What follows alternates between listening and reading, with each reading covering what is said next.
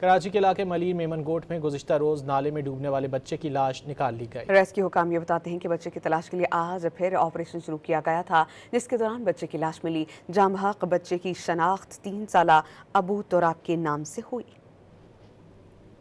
کراچی کے علاقے ملیر میمن گوٹ میں گزشتہ روز نالے میں ڈوبنے والے بچے کی لاش نکال لی گئی۔ ریسکیو حکام یہ بتاتے ہیں کہ بچے کی تلاش کے لیے آج پھر آپریشن شروع کیا گیا تھا، جس کے دوران بچے کی لاش ملی۔ جام حق بچے کی شناخت 3 سالہ ابو تراب کے نام سے ہوئی۔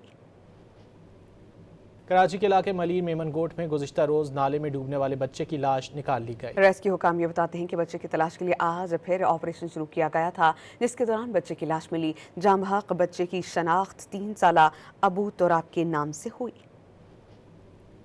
کراچی کے علاقے ملیر میمن گوٹ میں گزشتہ روز نالے میں ڈوبنے والے بچے کی لاش نکال لی گئی۔ ریسکیو حکام یہ بتاتے ہیں کہ بچے کی تلاش کے لیے آج پھر آپریشن شروع کیا گیا تھا، جس کے دوران بچے کی لاش ملی۔ جام حق بچے کی شناخت 3 سالہ ابو تراب کے نام سے ہوئی۔